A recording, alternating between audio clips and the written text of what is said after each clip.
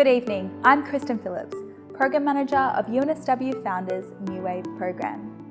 I'm coming to you from the Michael Crouch Innovation Centre, the home of entrepreneurship at UNSW. New Wave is an initiative promoting diversity and inclusion by inspiring and supporting women to launch startups and build entrepreneurial skills.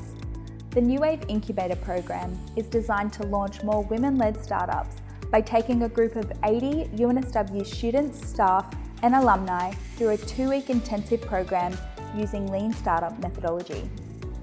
Tonight, we celebrate the extraordinary achievements of these 80 brilliant women who have been collaborating on 30 startup ideas, and in particular, the top 10 teams who were selected after a rigorous pitching competition to battle it out for the cash prizes tonight.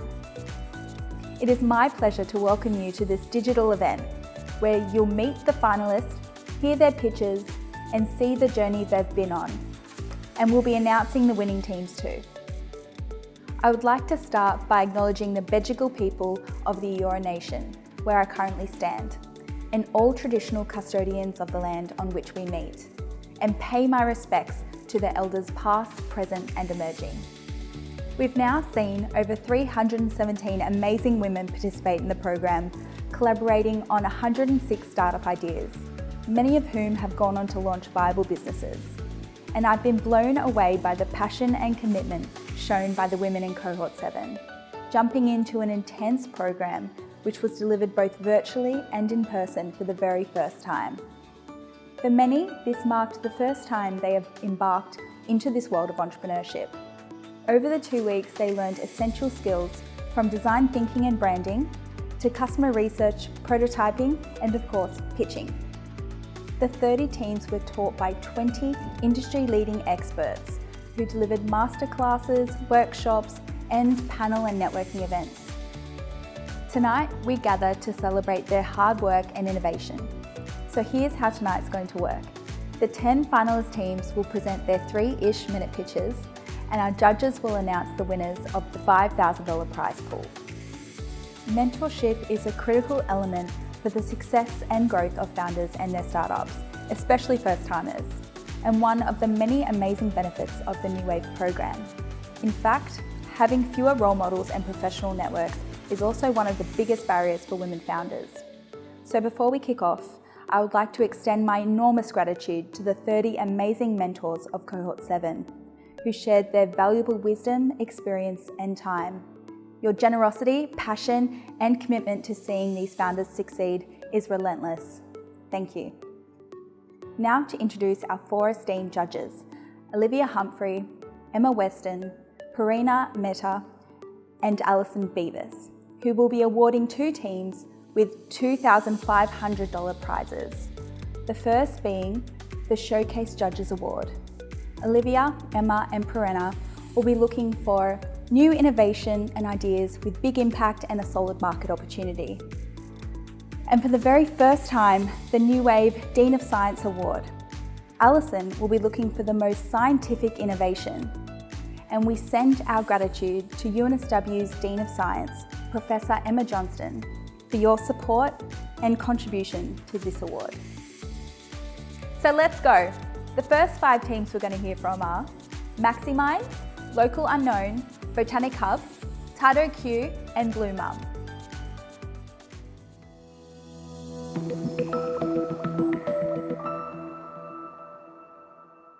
Hi, I'm Georgina, the founder of Maximize, and I've been an educator and psychologist for over 10 years. In my role, I come across people like Ella every day. Imagine Ella, a 16-year-old girl who was homeschooled during COVID. And when it came time to go back to school, she said she didn't want to stay at home. She made up various excuses as to why she didn't want to go back to school, and she told her mum that she was stressed. Mum took her to the GP, who suggested Headspace and seeing a clinical psychologist. Unfortunately, Ella didn't like Headspace, and she had to wait 3 months to see a $450 clinical psychologist. Unfortunately, Ella is the norm, not the exception, with 74% of young people reporting worsening mental health since the start of COVID. The wait time for psychologists is increasing, and as is the cost for seeing any mental health care professional. We need a solution, and we need a solution now. We need a solution that's engaging for young people, that's on demand, accessible, and provides flexible solutions, and that's far more affordable. So what is the solution? Maximise. In my role over the last 10 years, the key thing that students like being asked is how they're feeling. And this has been proved by various prototype testing and empathy interviews. So if it was Ella that came onto this platform and said indicated she was feeling stressed, she would be able to watch a short video on stress to understand more about it, read an article, and most importantly, do a short practical solution in real time, which would allow her to alleviate some of her stress.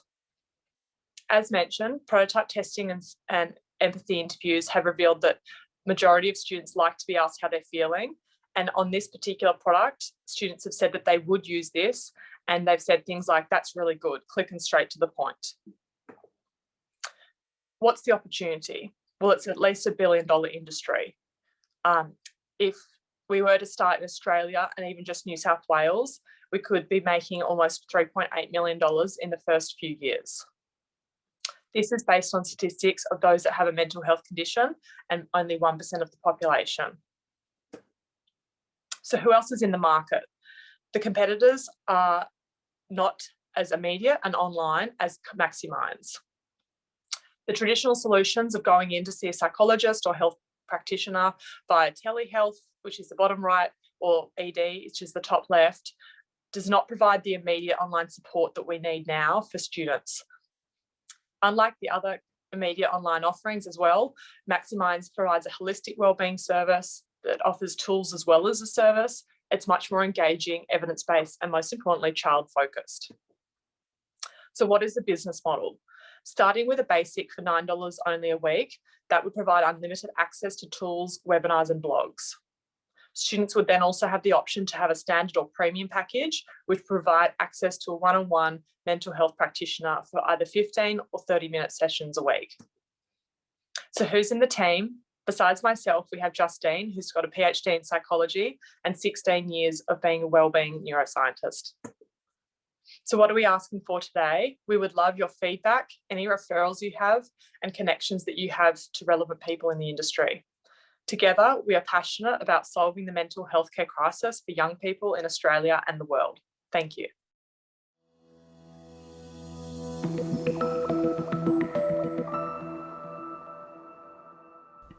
Hey, I'm Ava from Local Unknown. Think back to the last time you travelled. Obviously, you hope to have a really good experience and make the most of the time you had away. Travel is a huge personal investment for people, and with young Australians spending an average of $7,700 on overseas holidays, they literally can't afford to have a bad experience. But the planning process of travel is broken. It's time-consuming, stressful, and often dissatisfying.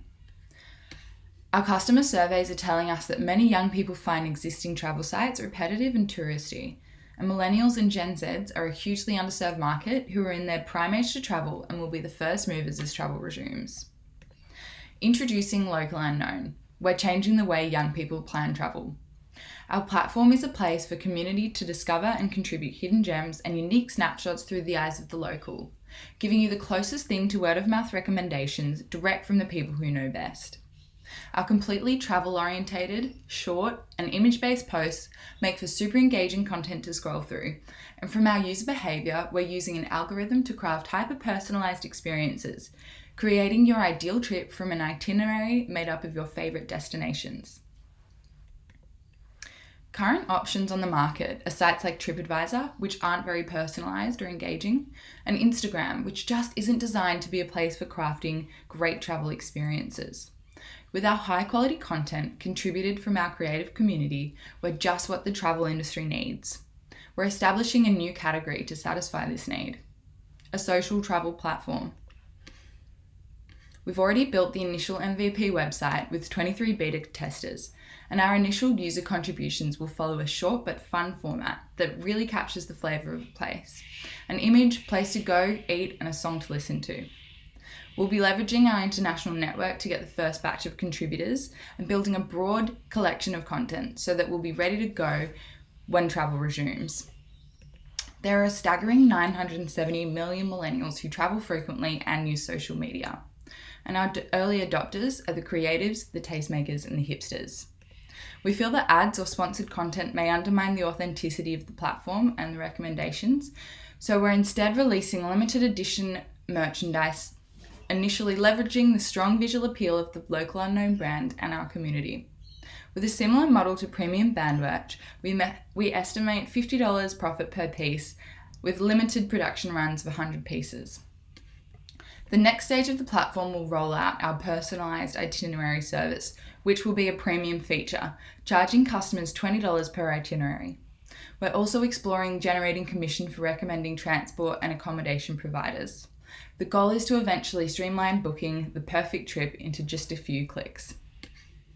This is Michelle and Andrea, my collaborators. We have a combined skill set across design, PR, business, a strong global network in the target market through Scandinavia, the UK, Hong Kong, and of course Australia. The audience wants it. We have the creative vision to get this going. All we need is for you to jump on board. So sign up to become part of our growing community, and we can't wait to see where the locals take you.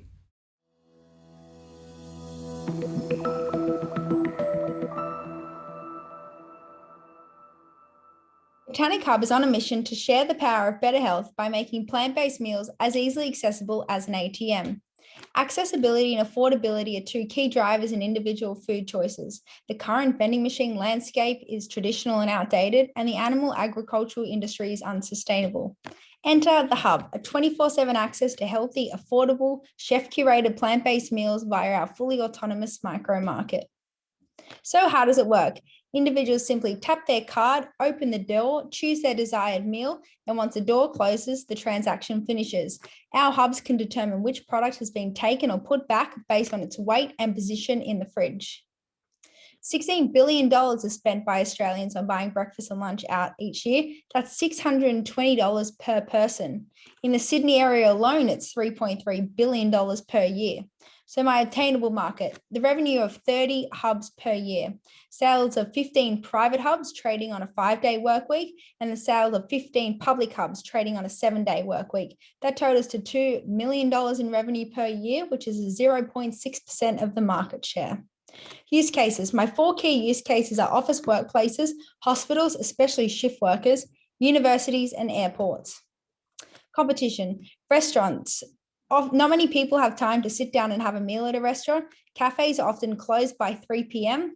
Vending machines are full of unhealthy processed foods, and meal delivery services don't often offer many plant-based meals in specific geographic locations. Plus, customers are spending a $4 to $8 fee on delivery.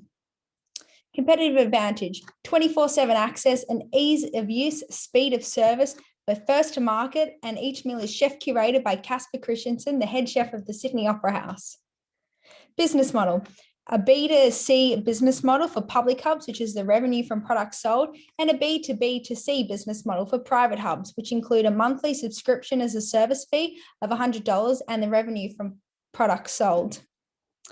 Traction to date, a workplace paid pilot of 50 employees, which includes market research data at conclusion, a paid pilot in a hospital of 400 employees, and that image is an MVP from my kitchen. I turned my garage into a commercial kitchen to save rent. So I've been testing product weights and usability, as well as testing its AI.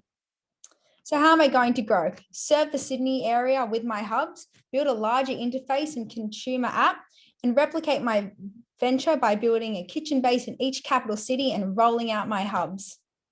At the moment, it's just been me, but I've also been working with a finance mentor who's been helping me work out my potential break-even analysis and different revenue models and revenue streams. So what do I ask from you? I'm seeking a co-founder in the tech space to help grow and develop my business for the future. Any connections to potential high foot traffic location sites such as office buildings, hospitals, universities, and funding to help fulfill that potential waitlist. Thank you.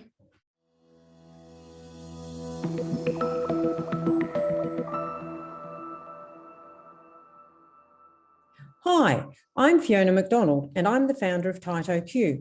Consider this: water stress cascades through food, energy, and environmental systems, and more than 50% of the world's population live in water-stressed areas.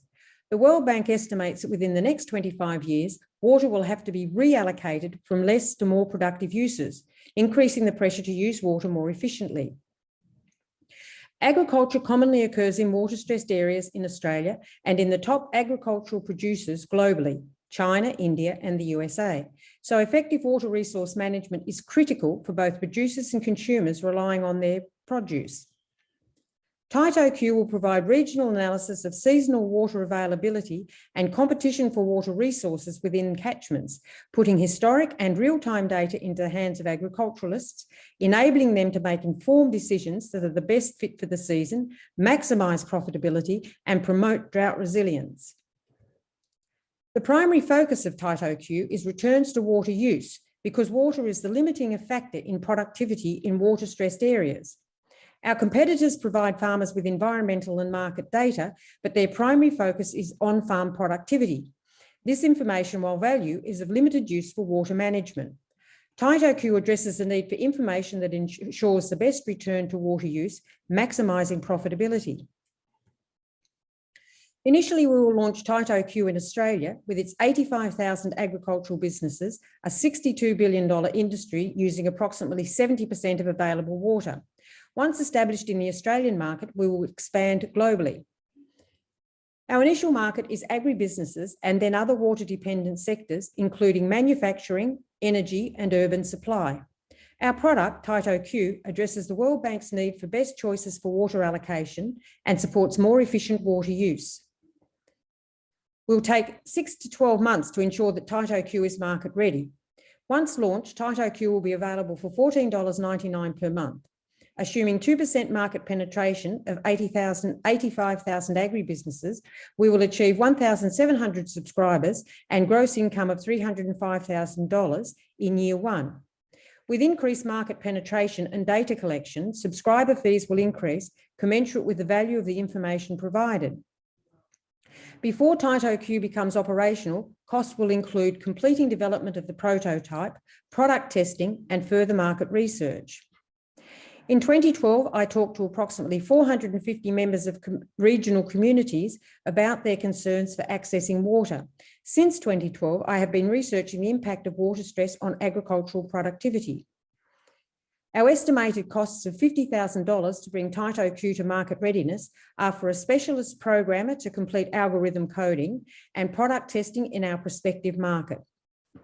I'm a qualified environmental scientist, economist, and lawyer, and have worked in water resource management for 10 years. My partner has 20 years' experience in a business development and marketing. Thank you for your time.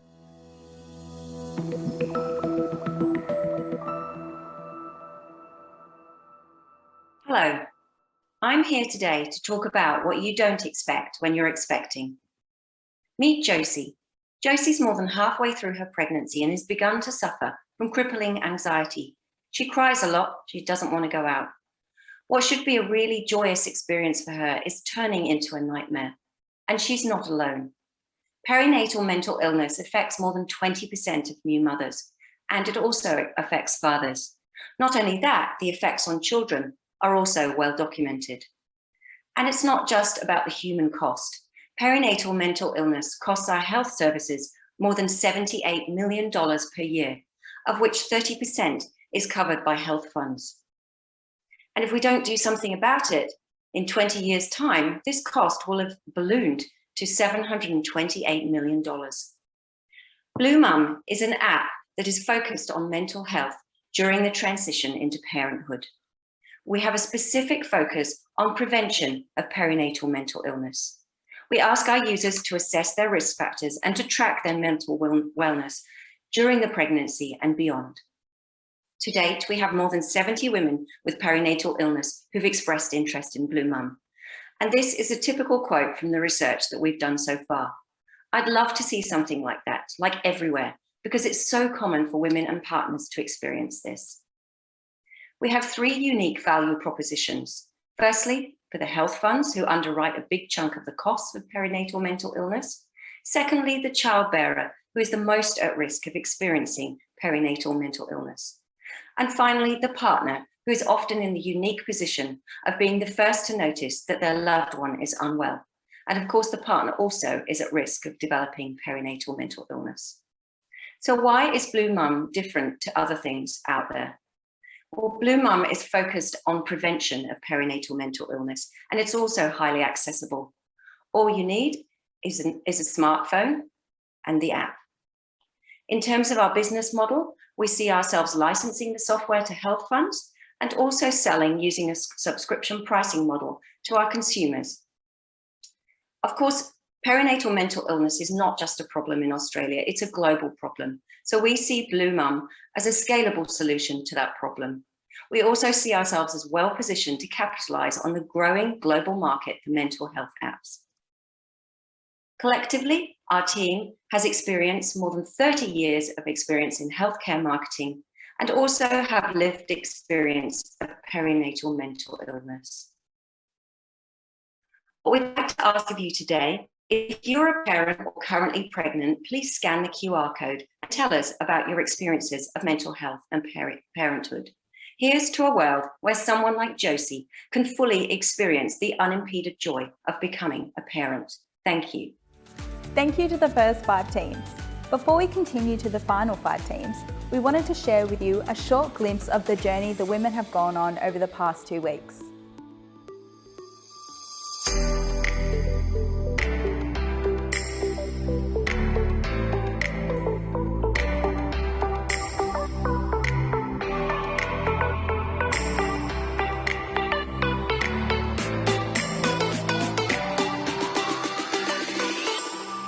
New Wave is a program that empowers women to launch women-led startups and build their entrepreneurial skills. UNSW knows that there are systematic barriers that make it difficult for women to engage with entrepreneurship, and that these barriers are compounded by a lack of access to capital. That's why we created the New Wave program. It's a program built by women for women, giving them an immersive experience of how to be an entrepreneur and create a startup. It empowers women to launch and grow scalable businesses through a 2-week incubator run twice annually. Today we're going to have a very interactive session. I want you to think about, what is your definition of creativity? Why the heck does it mean something to you? Creativity is one of our most powerful tools that we are given, and it's our ability to actually be curious about the world, question and experience awe and transcendence. So when you come up to obstacles and you get frustrations, learning how to defer judgment and learning how to not be so critical. So today we just had a session with Paulina. We talked a lot about creativity and how that could feed into our ideas, and kind of challenging a lot of our misconceptions that we came in about kind of rushing to a product. It's really asking me to slow down and to really evaluate whether we're answering the right questions.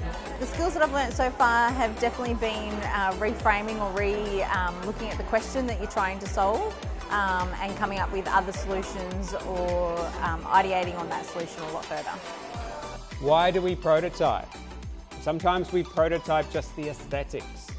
Sometimes we're testing how it actually works. Sometimes we're looking at how people interact with the product. Sometimes we need to prototype to work out how we're best going to manufacture, how we're going to deliver this to our marketplace. I think we were really lost on like what we were going to do before, and this really helped us like see how we can actually create the mobile app. I'm running the online version of this session. We've got 20 people online, we've got about 30 people in person, and it is a lot of fun. So this is Sylvia and this is Joanne, who is joining us online. And we are trying to write the storyboard of our user journey. I'm making a container for a potential refillable deodorant product, looking to do a range of refillable products. The reason I joined was because I was actually looking for an opportunity to learn a bit more about how to present and market my product and to gain some funding for it. We've got to the stage now where the concept is fully developed, but we need to then move into a marketing framework, which at the moment we don't have. So New Wave is going to give me that marketing framework. Building the soft skills, the leadership and the confidence in women is crucial. There's so much hidden, latent competency and capability, and we just try and unlock that. And often it's just simply a matter of self-belief and having the courage to just go out and do that rather than question whether it's the right thing. So I think those soft skills that we can help teach in New Wave are just as critical as any technical knowledge or capability in terms of starting your own business. Tonight there was a wonderful event for New Wave founders and the general founder community on how to get money into your business, whether it be through grants or some sort of investment. So there are things you can do to lower the barriers to fundraising on your side, and mostly that's getting organised and understanding what the steps of the process are and how you can be ready to be I've got a data room, I'm ready to go, it's already ready. If you can keep iterating what you're doing all of the time as well when you're pitching and your deck, and really, if your data room starts having documents on those key things you're getting pushback on and your rebuttal to that, that makes it so much smoother as well. So really listen to the questions, listen to the pushback. If someone says no, ask why, dig, and then come back stronger from that, because you're going to get more no's than yeses, so make the best of them. We're so incredibly proud of our New Wave program. The popularity, the feedback that we get from participants year on year is just overwhelmingly positive. We've got some really exciting things coming up towards the end of the year. We're launching our first US focused cohort for New Wave, where we'll help founders who are either looking at entering the US market or in the very beginning stages where they simply want to learn from one of the world's most entrepreneurial markets. Most importantly, it's the community there around New Wave that we're really proud of, and that helps us jump out of bed in the morning. It's the give back from the mentors, the speakers, the participants. So we're really proud to have New Wave as part of our program portfolio and to look at growing that year on year. This program would be nothing without our supporters, and we are so grateful for their time and expertise shared with the women entrepreneurs in New Wave. Congratulations to New Wave Cohort 7. We are so excited to have you on this journey and to continue to support you as you launch and grow your businesses.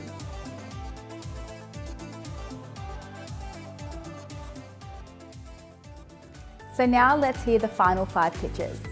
Edibook, Nayinari, Little G, Truly, and Made of Matter.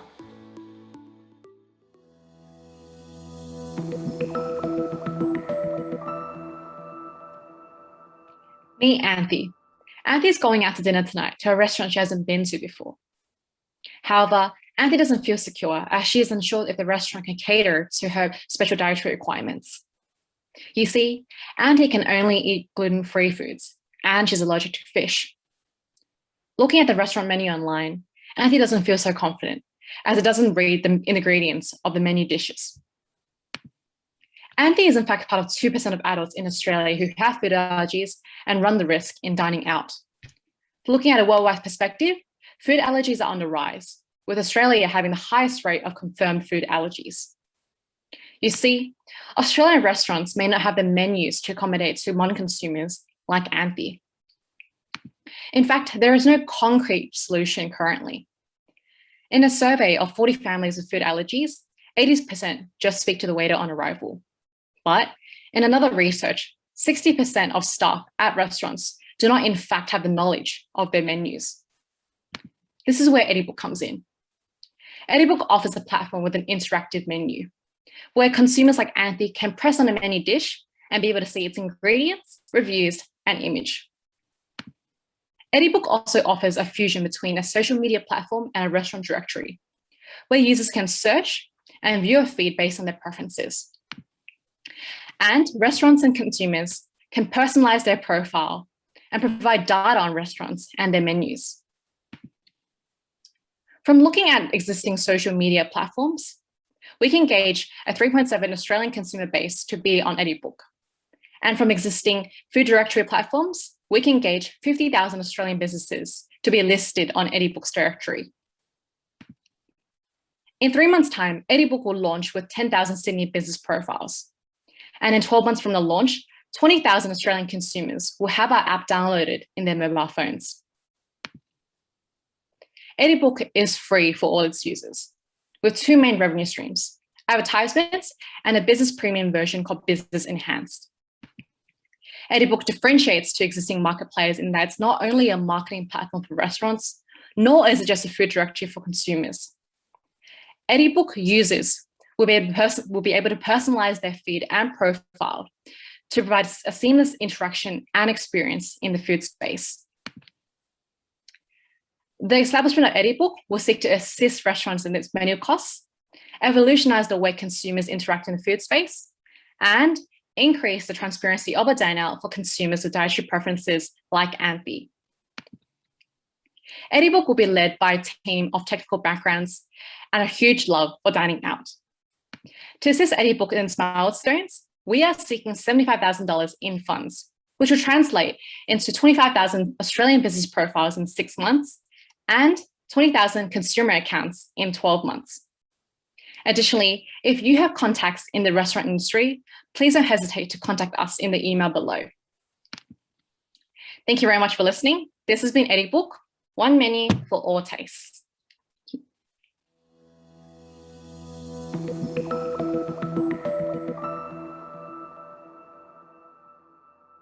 For young girls in India, Menarche signals their transition from young girls to new women. In the local language Hindi, we call a new woman Nayi Nari.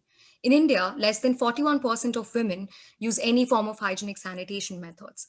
The remaining 59% is as huge as the female population of Australia in 2019. The remaining population uses traditional alternatives such as cloths, rags, newspapers, and so on. These alternatives are handled and maintained in an extremely unhygienic manner, resulting in 60% of women suffering from UTIs. Possible risks that can arise from these infections include morbidity, early menopause, and cervical cancer. Pure menstrual hygiene not only negatively impacts their physical health, but also their mental health, their education, and their employment opportunities.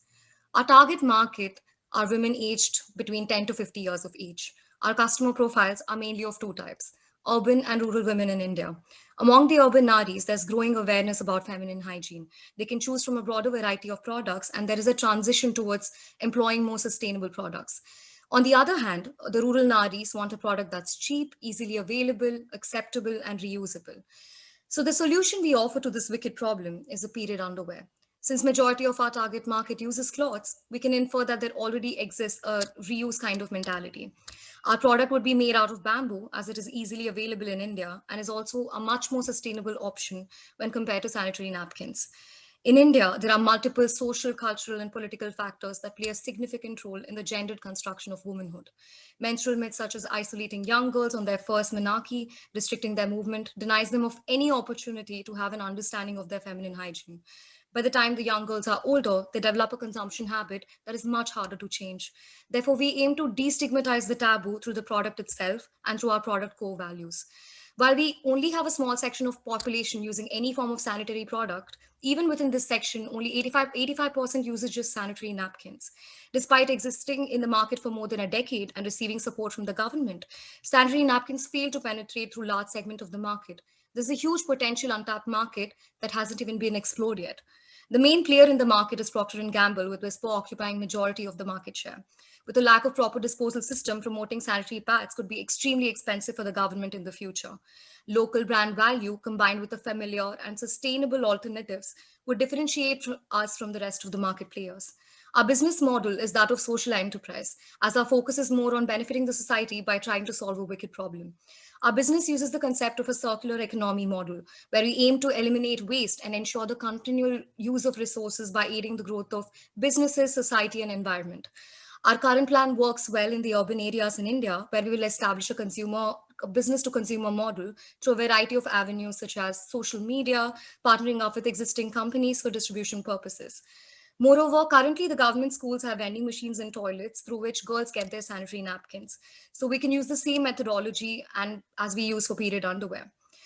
We are the team behind Nayi Nari. Since both of us were born and brought up in India and have endured the taboos to some degree, we strongly believe in the social mission of our business. What we ask for is guidance in terms of how we can improve the product and network with government bodies in India to subsidize the product so we reach the rural population.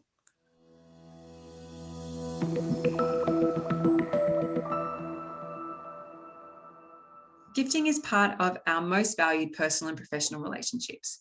And research shows we most like to give and receive gifts of cash and a gift card. When it comes to small value gifts though, we don't have many options in the way of gift cards. So for myself, example, as a PhD student, lots of academics generously give me their time. An email seems like not enough.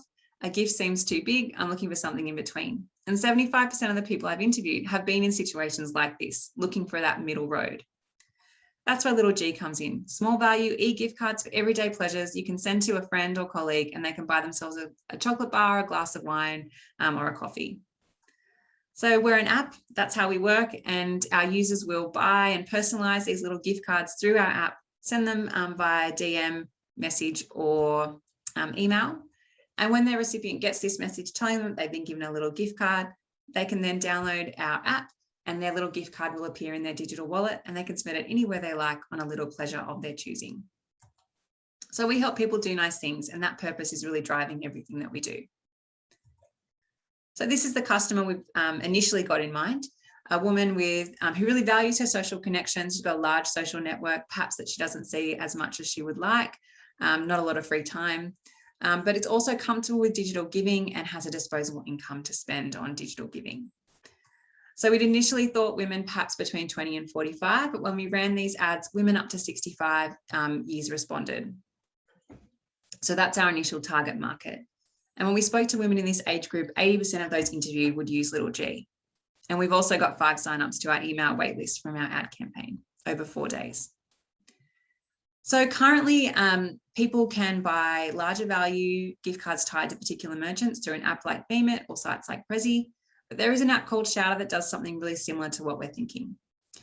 But we think we're different to Shouter for 2 reasons, and that's because the features that we have, some are around purpose, such as donation of a meal to a local non-government organisation, and others are around user experience, integrating what we've learned from our research and interviews, things like group giving, having a professional mode, and social media integration. So the little gift market is not really well defined, but if we think about the number of women in our target age group, and what they've told us is that on average they buy 1.5 little gifts per month. If we say that's about $5, then women in this age group, 20 to 65, are spending up to $684 million on these little kinds of gifts. So we want to take a very small slice of that. We just want to take a small service fee attached to each little gift. But if that's not enough to cover the cost of transaction, we've got advertising and partnerships as backup options, including on selling other retailers small gift cards like Starbucks. So I'm a solo founder, and what I really want to do at the moment is validate that this is a viable business. So I'm keen to talk to payment and technical specialists about how to make this payment platform work and what the unit cost would be. And I want to keep talking with potential users about how to make the app different and special. My background is in social work and psychology, so the connection and personal side of the app is really my strength. But once I validate the idea, I'd be really keen to build the team with some business acumen. So if you can help with any of these things or have any feedback about Little G, please get in touch. And if you want to add your name to the waitlist, you can scan the QR code. Thanks.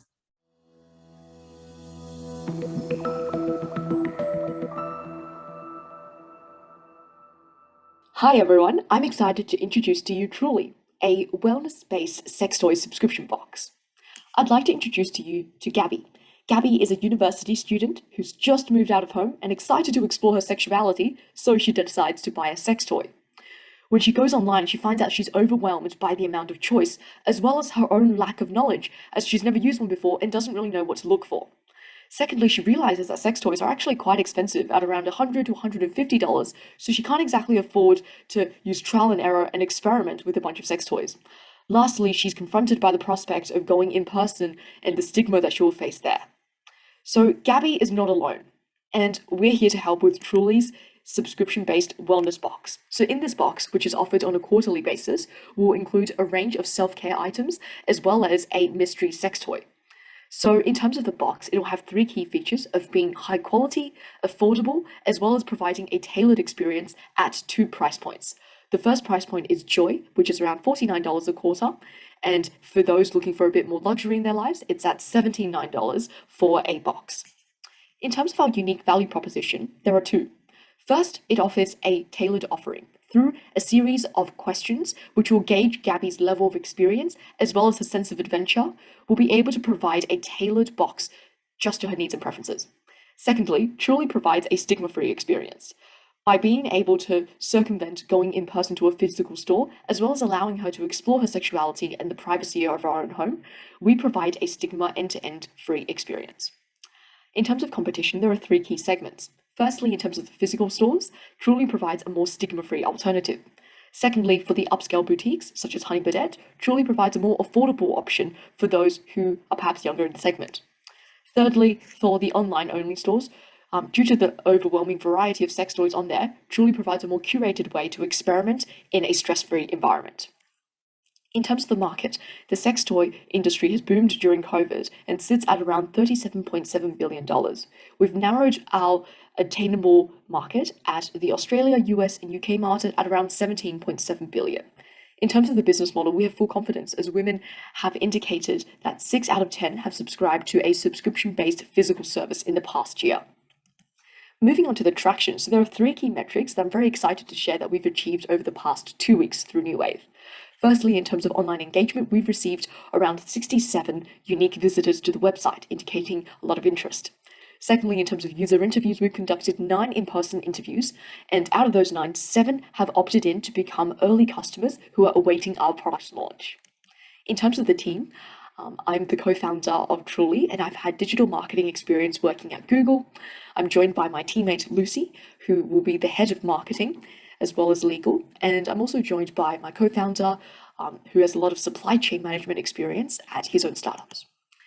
In terms of our ask, we have 2 main ones. Firstly is to refer customers or become a customer yourself for our pilot, which was happening in July. And secondly, to sign up to do our surveys or interviews. We look forward to hearing from you. Thank you.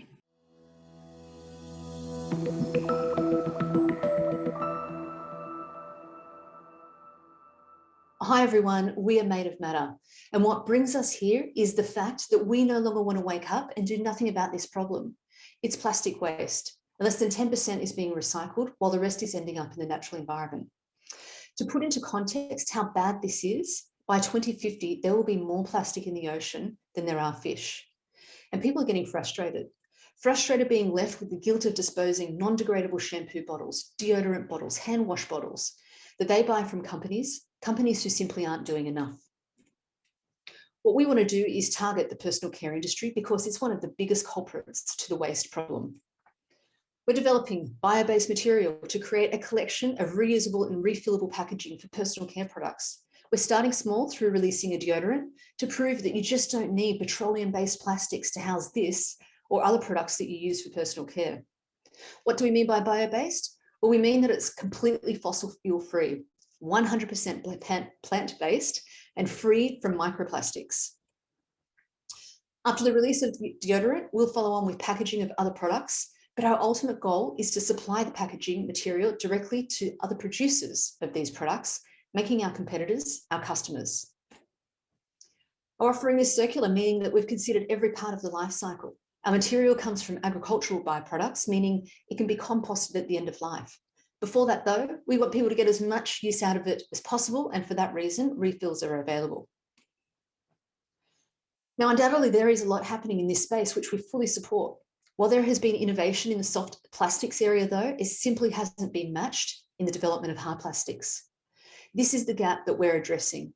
Competitors are still reliant on using conventional fossil fuel plastic, but we won't be, and few, if any others, can make that claim at this time. Now, the industry is worth over $500 billion a year and continues to grow.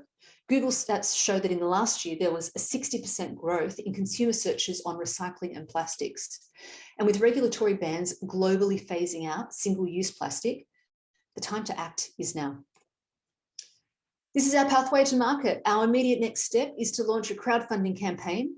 Our strategy to sell directly to consumers first is to get grassroots support to make the business-to-business sell completely irresistible. The most important thing in our journey to date has been identifying a commercial pathway to develop the material, and we're getting close in finalising our first prototype, which will be ready to test with users in the next few months. We've got a cross-section of skill in the team, both professionally and academically. Research, design and marketing, as well as industrial design, biochemistry and digital technologies are all covered. It's a pretty compelling group of females at the helm. To move forward, we are looking for investment to continue with the material development, partners in the agricultural space and mentors in business areas. We really urge you to come along with us to be part of an inevitable shift, making a good change happen. And that brings us to the end of the 10 pitches. and to our much anticipated winners announcement. But first, a word from our judges. So I do a lot of work with some really talented female founders here in Western Australia, and one thing that I have discovered is that a lot of female founders lack confidence, and there's a lot of reasons that female founders lack confidence. We don't have time to go into them all. But one of the best ways to overcome this lack of confidence is through this shared sense of sisterhood and community that female founders bring when they're all in a room together. This sense of empowerment, female founders walking out of their room with their head held higher, a little skip to their step, and inspired with this can-do attitude. So I'd really encourage all of you in this New Wave program to really capitalise on the amazing team and cohort that you have met throughout the program, and really help each other, because that's going to really help build confidence in everybody, which is a really great way to empower you. Best of luck. 2 weeks of intensity in this course has really fostered some pretty amazing innovative technology solutions. Some of them have gone really deep into the problems that are being faced right now socially, and I think that is amazing to be able to see so many groups, and some of them that didn't make it to the finals I know have put in just as much effort. So it's brilliant to see so many fabulous female founders. Hi, it's Emma Weston here, and it was such a privilege to be part of the judging panel for Cohort 7 for the New Wave Showcase. It's so exciting, and to all the founders, congratulations. I've been in the position where you are now, and in fact I still am. Just a couple of small things and tips and tricks if it helps at all. Be kind to yourself. Use your networks. There's lots of people out there who want to help you, and remember all of your alumni at UNSW.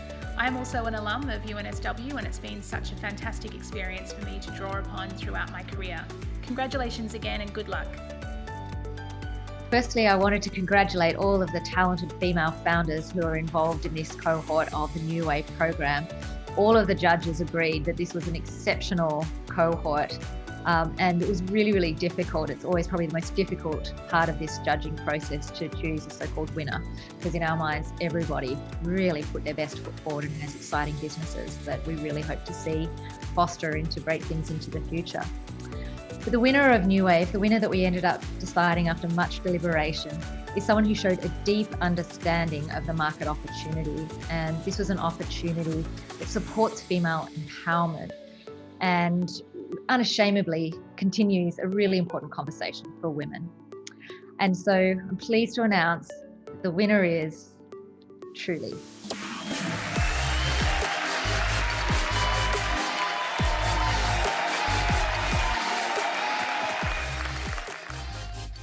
We'd like to bring honourable mention to one of our female founders who wasn't quite able to make the winning list, but we thought was incredible in the solution that they provided to a really massive problem for women all over the world.